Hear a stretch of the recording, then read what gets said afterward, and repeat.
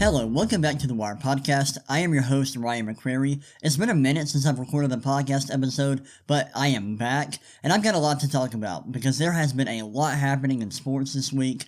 We've had the NBA trade deadline. I'm recording this on Thursday, February 9th, and the NBA trade deadline just passed a few hours ago, so I want to talk about all the crazy trades that went down because this was one of the most active NBA trade deadlines of all time, or at least that I can remember. I mean, it was insane. So I want to talk about all the trades that went down.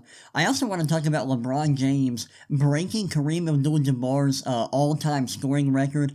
That was awesome, so I'm going to talk about that and how that impacts LeBron's legacy. And then to end the episode, I want to talk about the Super Bowl, which is happening on Sunday. I'm going to give my thoughts on the game and who I believe is going to win this year's Super Bowl. We've got a lot to talk about, so let's stop wasting time and dive right in and talk about LeBron James breaking the record for the most points scored during the regular season all time. So on Tuesday, the Los Angeles Lakers played the Oklahoma City Thunder, and everyone knew that LeBron James was 36 points away from breaking the all-time scoring record. And so it was a huge moment. There were a ton of people at the game, a ton of celebrities. Kareem himself was at the game to see LeBron potentially break the record. And, LeBron did that. He scored, I don't remember how many points he scored during the game, but near the end of the third quarter, he hit a fadeaway jumper to hit 36 points, which he needed to break the record. And it was kind of crazy. The game stopped. Everyone stopped in the middle of the game. They had this little ceremony. LeBron and Kareem took a picture together. Adam Silver, the commissioner of the league, he gave a little speech about it. And it was a cool moment. And LeBron was super emotional. I was kind of surprised. I didn't really expect him to get so emotional. But it is a huge record. So it's completely understandable why he got so emotional. And it was a huge moment for him, you can tell. And it was a great moment. I mean, LeBron James, one of, if not the greatest player the game has ever seen, just got a huge record that has stood for many, many decades. And it was amazing. It was cool to watch. I was watching the game. I made sure to stay up for that. It was a really cool moment. And it kind of felt like watching Kobe score 60 points in his final NBA game. That game had a similar feeling. And so it was really cool to be able to experience that. And it was just an awesome game. It's kind of funny. The Lakers ended up losing, which is kind of sad. I mean, they're having a little bit of a rough season. And with a moment like that, like everyone's so focused on LeBron's record. And that's cool. I mean, it's huge. It's a huge moment. But it is kind of funny that they ended up losing that game. It just kind of shows. It's kind of like a perfect moment to show how the Lakers season is going. I just thought that was really, really funny that the Lakers ended up losing that game. But nevertheless, it was a really cool moment. And this is just another piece of LeBron's legacy. And this, this week I've been thinking about LeBron's legacy and like where he stands in the all-time rankings. And I'm not gonna lie, I don't love all-time rankings. Just because I think a lot of times it leads to people like tearing down people's legacies and kind of tearing down older players. I know a lot of young people like myself. I'm 20 years old, and I know a lot of people my age like to tear down the accomplishments of older players and players who played in the 60s and the 70s. They don't give those guys a lot of credit, and I think that's unfair. So I don't love these conversations most of the times. Now, when people are having, in-depth conversations about guys and they're respectful about it, I do think those are good. And I love talking about basketball history and the history of the NBA. And so I've been thinking about LeBron's legacy recently. Where does he rank all time? Where does he rank on like the Mount Rushmore for the NBA? And I mean, I've been thinking about this season that he's having as a 38-year-old. I mean, he's playing at an insane level. He's having a great season, especially considering that he's 38 years old. Even if he wasn't 38, this would be a really good season. But the fact that he is 38 years old makes it even more impressive. And I think that LeBron James might be the GOAT right now. For the last couple of years, I've been on Team Jordan. I'm a big fan of Jordan. I think he was an excellent basketball player, accomplished a lot throughout his career, and I think he has a great case to be the greatest basketball player of all time. But I also think that LeBron James is one of the greatest players we've ever seen, and I think he also has an excellent case to be the greatest player of all time. And his case keeps getting stronger the more that he plays, the longer his career plays out. And I think something that LeBron James has, or an advantage that he has over most players throughout NBA history, is longevity. He came into the league as an 18-year-old straight out of high school and played at a high level forever. I mean, he's been playing at a very high level for around 20 years. And that's really incredible. He's been playing at like an All-NBA MVP level for nearly 2 decades. And that's just unprecedented. You don't ever see that. LeBron James is legitimately a once-in-a-lifetime type of player. He really is. He's special. We are likely never going to see anyone quite like LeBron. He's just an ultra-talented player. He's an elite scorer, an elite passer, like an all-time great passer. At his peak, he was an elite defender. He was fantastic on the defensive end. He's a great regular season player, like a GOAT level regular season player, and a GOAT level playoff performer. He's also great in the finals. He's won multiple titles. He's, a multi-time All-NBA, like, he has a ton of All-NBAs, a ton of All-Star appearances. There's just not much more that LeBron can accomplish. Obviously, he doesn't have a Defensive Player of the Year award. I don't really care all that much about that. He does have some blemishes on his record, like the 2011 NBA Finals, where he honestly just didn't have a very good series. And that's probably the one blemish on his record. I know he has a losing record in the finals, but I don't really care about that. I understand the context behind that. He had to play the Warriors. There were multiple times in the 2010s where he was at a severe disadvantage when it comes to the team he was playing with and the team he was playing against in the finals. And more specifically, like when he was playing against the Warriors in 2017 and 2018. He really didn't have a chance to win the finals those 2 years. The Warriors were simply like a whole lot better than the Cavs were those years, and I don't think it would have been realistic to expect LeBron James and the Cavs to win those 2 years. But yeah, LeBron James is a special player, phenomenal. I don't think this scoring record makes him the GOAT. If you thought he was the GOAT beforehand, you're still going to think he's the GOAT now. And even if you didn't think he was the GOAT before, you're probably not going to think he's the GOAT now. So I don't think that really changes anything. But I do think this is a good time for us to talk about LeBron's legacy and to give him the respect he deserves, because he deserves it. He's had an incredible career. I've been blessed to be able to watch him for most of his career. I was able to watch him during his prime, and I was never a LeBron James fan. Now, I didn't hate LeBron James. I wasn't a LeBron James hater, but I just wasn't a fan of him. I had respect for him, but I wasn't like a die-hard LeBron fan. And I think a big reason why is because I've always been a big fan of Stephen Curry. Stephen Curry has had to play LeBron James in the finals a lot, and I was always rooting for Stephen Curry just because I'm a huge fan of his. I'm a big stats guy, so I'm big into numbers, and the more I look at the numbers and the more I watch LeBron James play at the end of his career, and looking back on his time with the Miami Heat and the Cleveland Cavaliers, I'm just yeah, this guy might be the GOAT. He might be the greatest player to ever play the sport. And I don't think that's ridiculous. I don't think it's a hot take whatsoever. I know a lot of people agree with that, and I know a lot of people disagree with that. And, I'm not saying that LeBron James is the GOAT. I'm not making that statement. I'm just saying that he just might be. I would have to take a closer look at everything I gotta take a look at everyone's case before I make that declaration. But I do feel comfortable saying, LeBron James just might be the GOAT.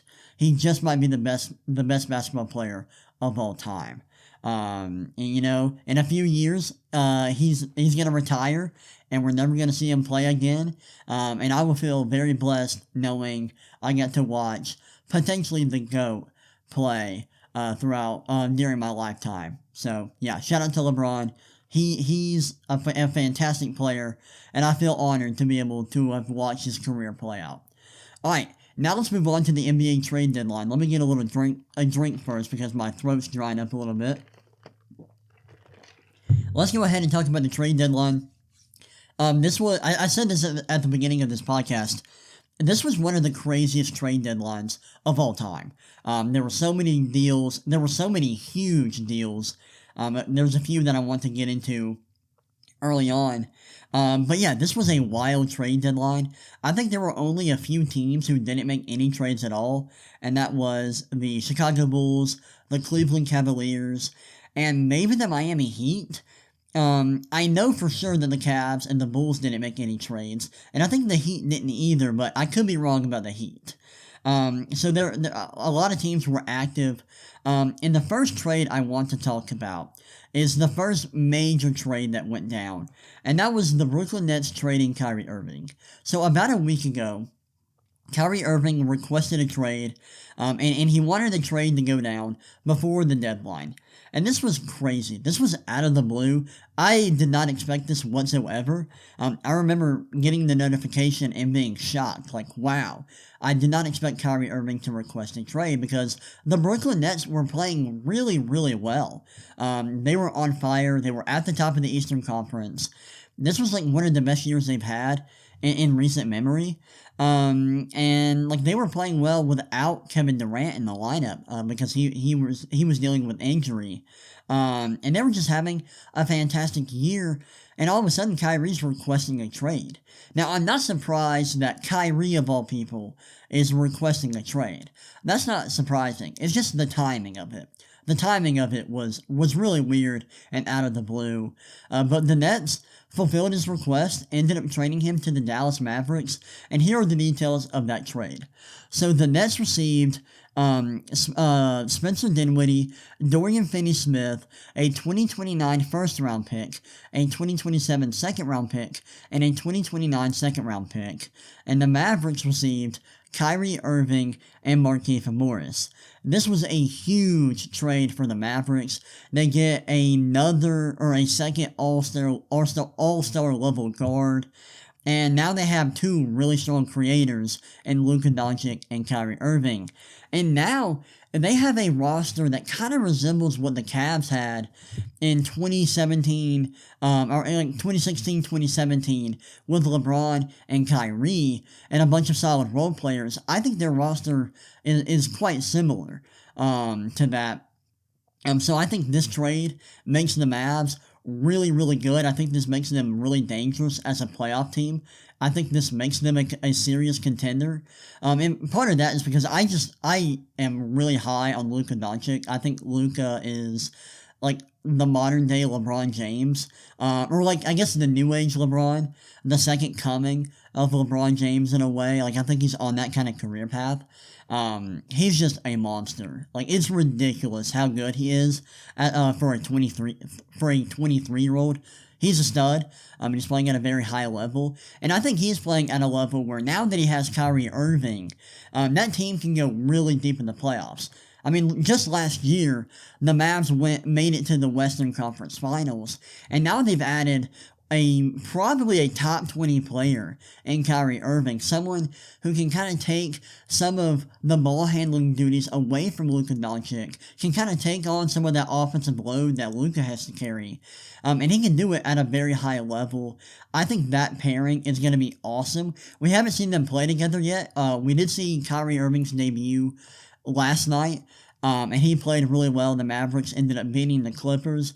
And I think this is a great trade for them. They did have to give up a future first-round pick in 2027, but I think that Luka is so good that by 2027, if he's still with the team, and I expect him to be, I think that pick isn't going to be worth much because by that time, I'm expecting the Mavericks to be like contenders every single year. Like I expect them to be contending for the title year in and year out by that time.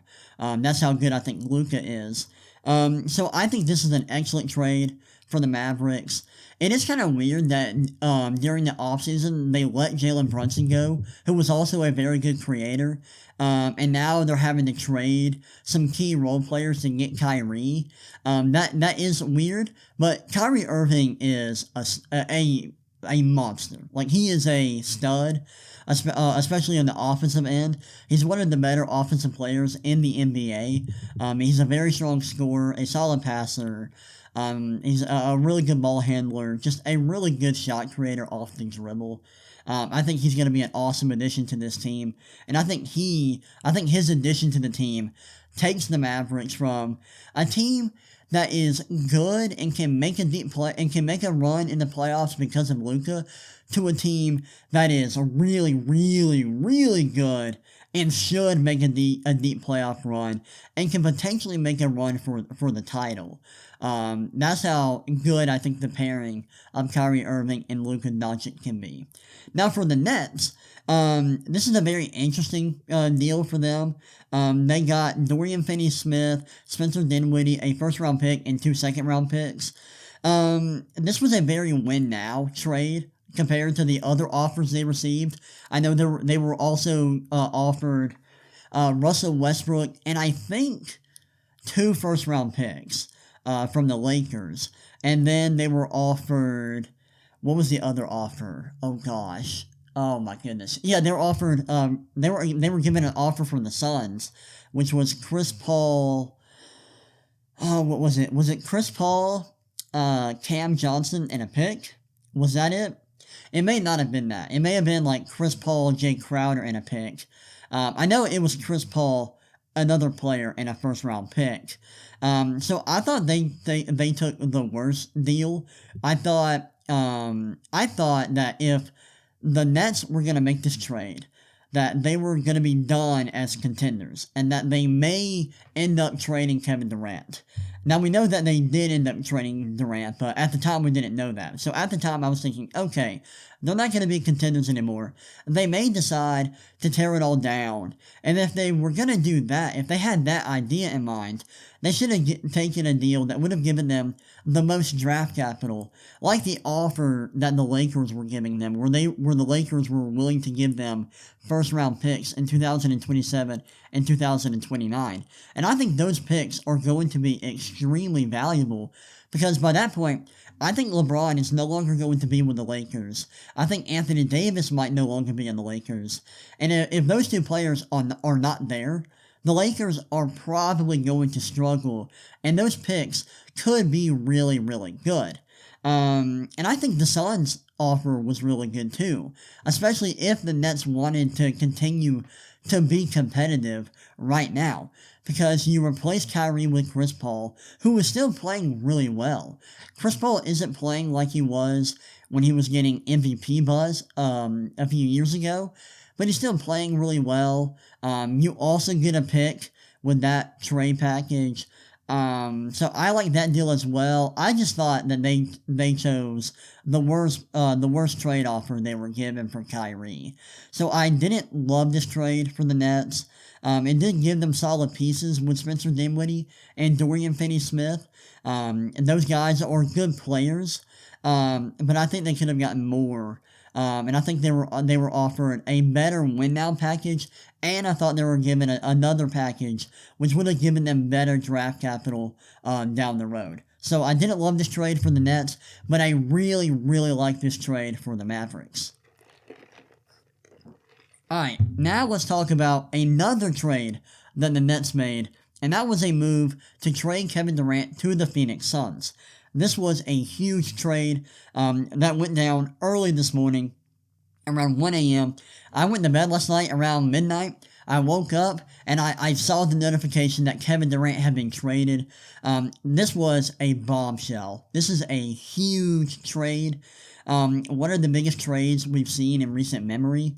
This is a huge deal. Kevin Durant being traded in a year where he is a serious MVP candidate is crazy. He's having one of the better years of his career. Like, he is having one of the best mid-range shooting seasons of all time. His scoring has been unbelievably good this year.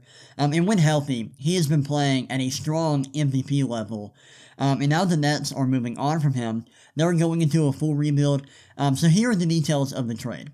So the Suns receive Kevin Durant and TJ Warren, and the Nets receive Mikal Bridges, Cam Johnson, Jay Crowder, 4 first-round picks, and a 2028 pick swap.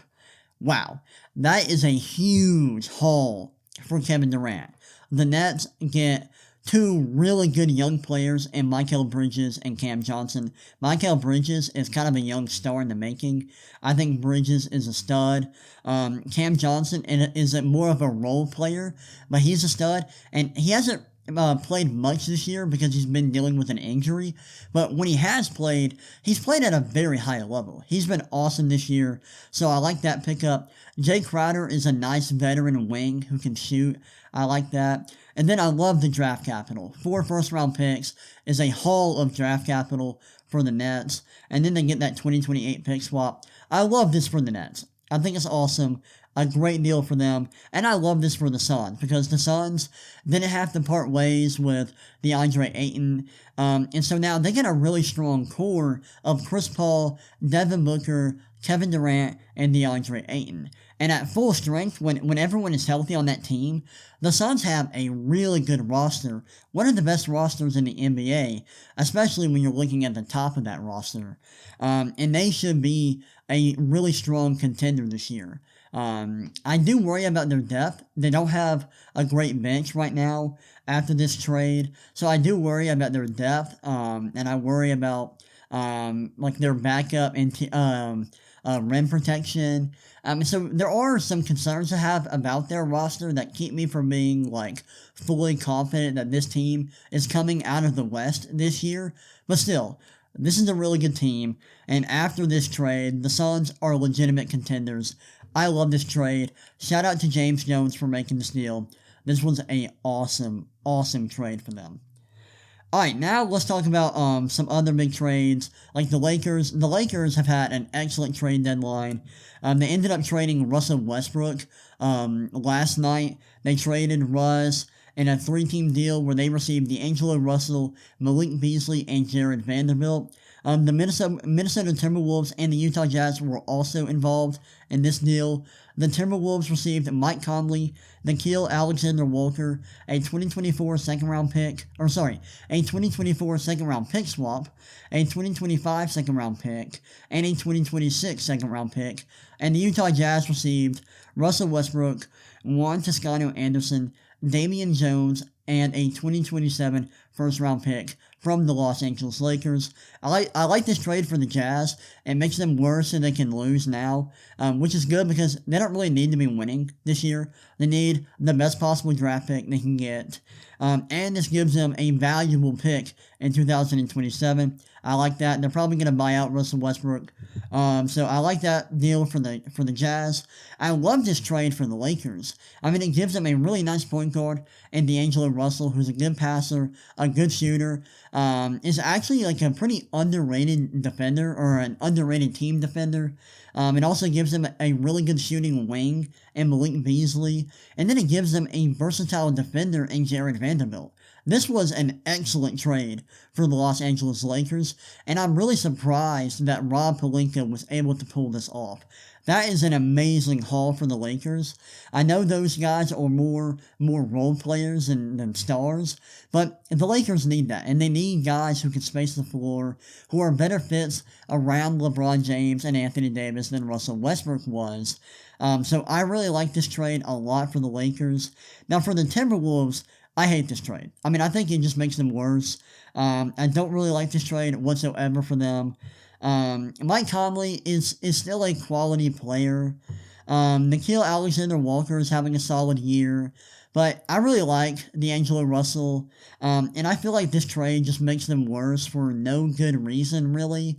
I don't really see the upside for Minnesota here. So I don't like this trade for them, but I do really like this trade for the Lakers and the Jazz, and I think they did really well with this trade. All right, now let's talk about some other big trades that went down today. The Clippers made a couple big deals. They got Eric Gordon, Mason Plumlee, and Bones Highland.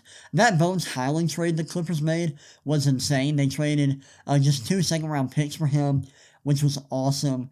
So I like those additions. They got some shooting, and Eric Gordon and Bones Highland. Highland is also a solid scorer. And then Mason Plumlee is a very underrated player. He's a really good passer for a big man, so I think he's going to be a nice backup big for them. Assuming he's coming off the bench for them, I really like that. So I really like the moves that the Clippers made at the deadline. I like everything the Lakers did, from getting the three guys you just talked about in Russell, Vanderbilt, and Beasley. They also got Rui Hachimura a few weeks ago. I really like that. They did trade Thomas Bryant today.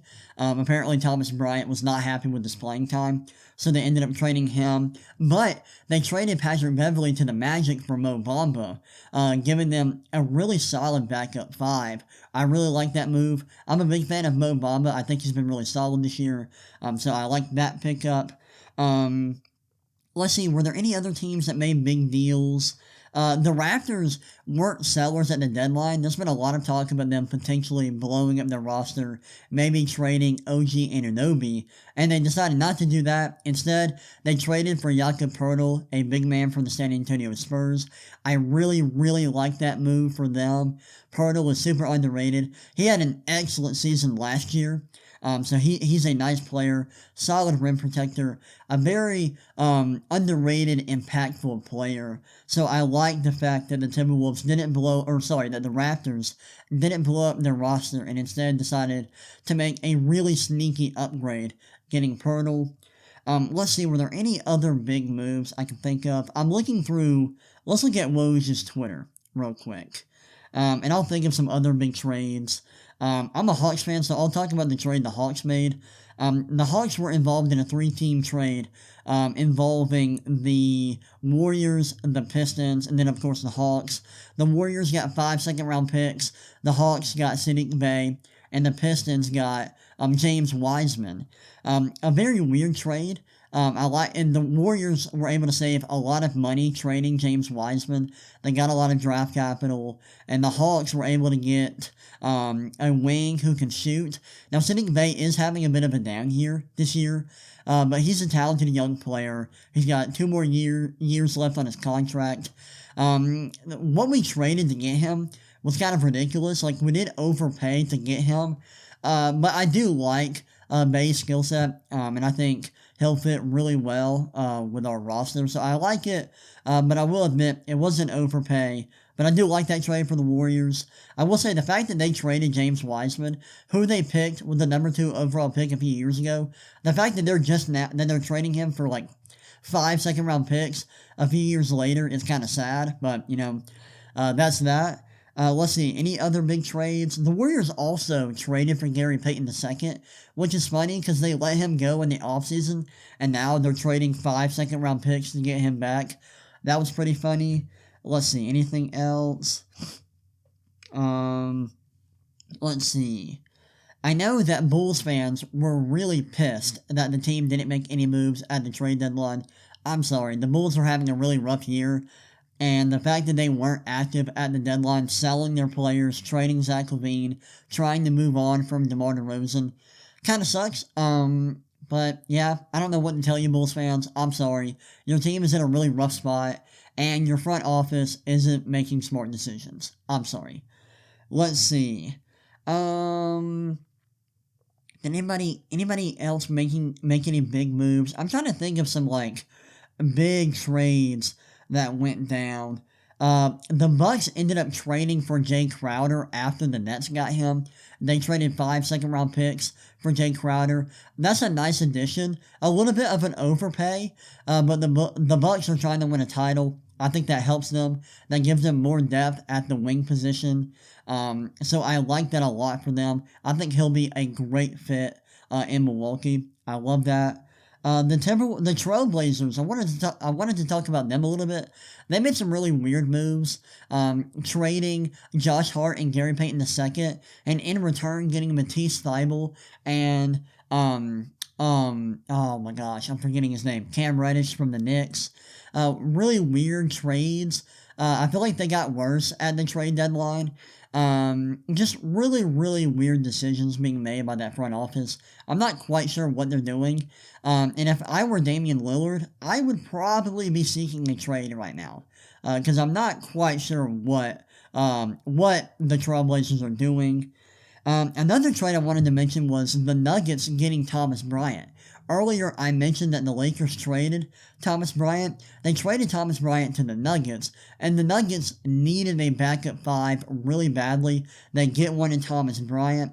I think Bryant will play a pivotal role in their playoff run this year, so I really like that. And they didn't have to give up much. They gave up Devon Reed and 3 second-round picks. That's a nice trade for the Nuggets. I like that a lot. I'm looking to see if there were any more trades that I haven't really talked about. I don't think so. I think those are all of the big trades that went down. I'm probably missing something, and I'm just an idiot and I can't see it. Let's see. Anything else? I don't think so. I don't think there were any other big moves. At least none that I can think of. If I see anything, I'll mention it at the end of the podcast. But yeah, this was a crazy trade deadline. Some crazy moves from the Brooklyn Nets, the Phoenix Suns. The Phoenix Suns took a big swing getting Kevin Durant. Now they're championship contenders. The Mavs made a big swing as well, getting Kyrie Irving to improve their chances of winning a title this year. The Nuggets improved their rotation, getting Thomas Bryant. I am confused at them trading Bones Highland for just 2 second-round picks. A really weird move, but I do like them getting Thomas Bryant. I loved what the Lakers did. I think the Lakers made some excellent moves. I'm not quite sure if everything they did made them championship contenders, but I think the moves they did make are going to make them a playoff team. And I would be kind of surprised if that roster doesn't make it to at least the play-in. They should. That team is way too talented to not at least make the play-in this year. And if they make it into the play-in, I think the Lakers could go on a little bit of a run in the playoffs. So shout out to them. Shout out to Rob Pelinka. He did a lot of great things at the trade deadline. I loved what he did. Also got to give a huge shout out to the Clippers. They made some nice moves. I like what they did. I like what the Raptors did, not selling. Instead of being buyers, getting Jakob Poeltl. I liked that. Also wanted to talk about the Boston Celtics. They made a trade getting Mike Muscala for next to nothing. And that was just a nice trade to get more depth at the center position. I really, really liked that for them. I thought that move was super underrated and really, really good. I like that.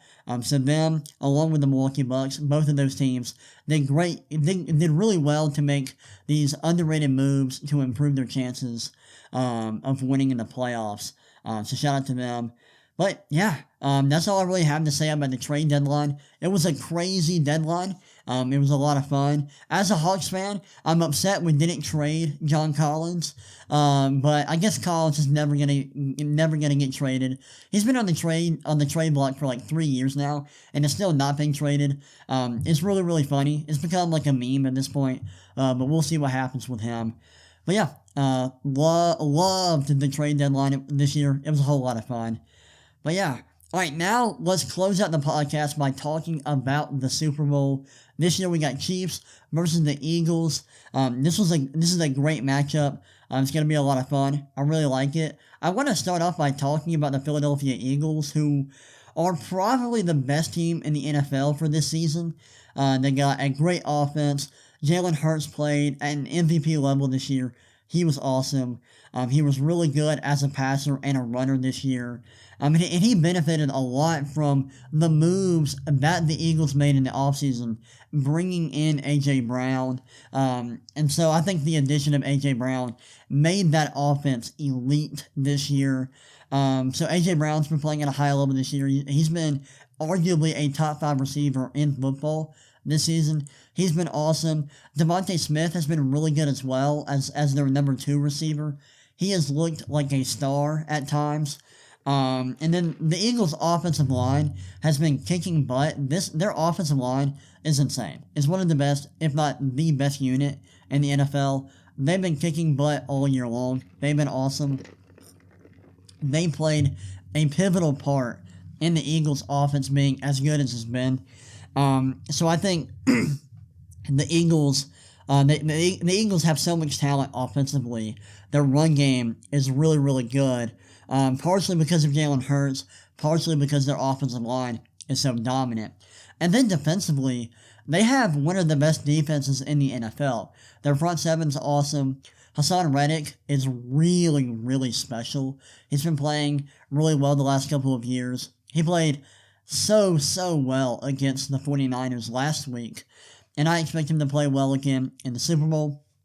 The Eagles have a great front seven. They also have a solid secondary in Darius Slay. And, oh my gosh, I'm forgetting the guy's name. Used to play for the Giants, right? Alright, we gotta look this up. I am having a brain fart. We're gonna look this up. Eagles depth chart. What's this dude's name? He had, very solid numbers this year. Cornerback. Oh, I can't believe I forgot his name. Darius Slay, and then, let's see, James Bradbury. So they got some solid corners in James Bradbury, Darius Slay. They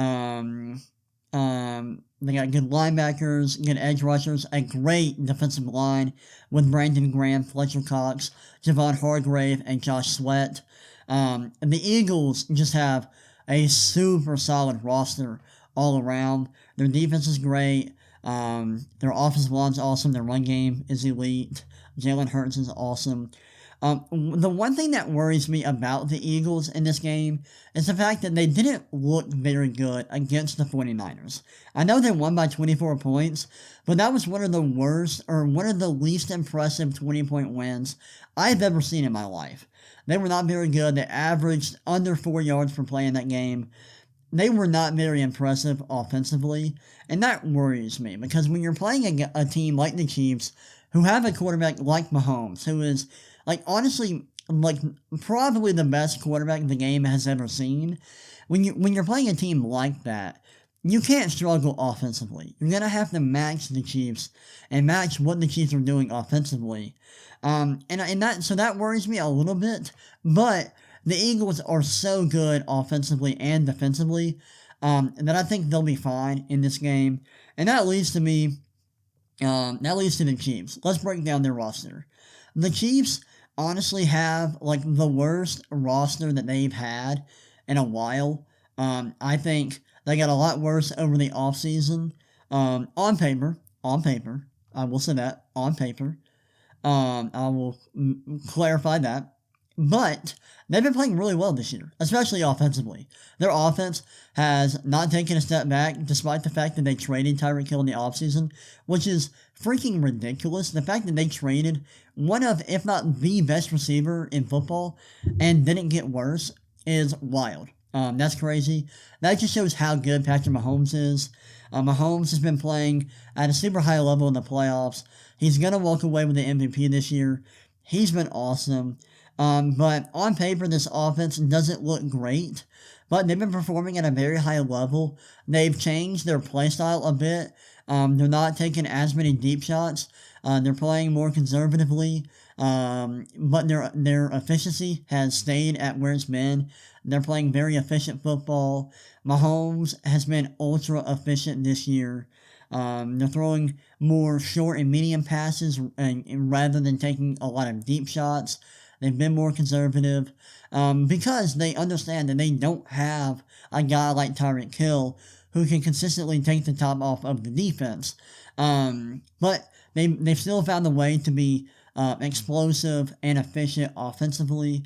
And I trust that Mahomes is going to be playing at a very high level in the Super Bowl, no matter how good the Eagles' defense is. I trust Patrick Mahomes a lot. Now, the Chiefs' defense isn't quite as good. They do have some solid pieces on defense, like Chris Jones. Chris Jones is an absolute monster of a defensive tackle. He's been playing at a very high level this year. He's been great. He's a finalist for the Defensive Player of the Year, and I expect him to play well in the Super Bowl. They've also gotten some nice production from rookies like Trent McDuffie, who's been playing really, really well this year. And they've got some nice pieces defensively. L'Jarius Sneed, I don't think is going to be active in this game, which is a huge loss. But they got guys like Juan Thornhill, Justin Reed, other guys I expect to step it up in the Super Bowl. So let's make a pick. Who's going to win the Super Bowl? I think on paper, the Eagles have the better roster. I think they're better defensively. I think offensively they can keep up with the Chiefs. They got a really great quarterback in their own right in Jalen Hurts. I think they're going to have to rely on their run game to try to keep Patrick Mahomes off the field. God, the Eagles are so good, but Patrick Mahomes is just an alien, and he's playing at a ridiculously high level right now. It's hard not to pick Patrick Mahomes.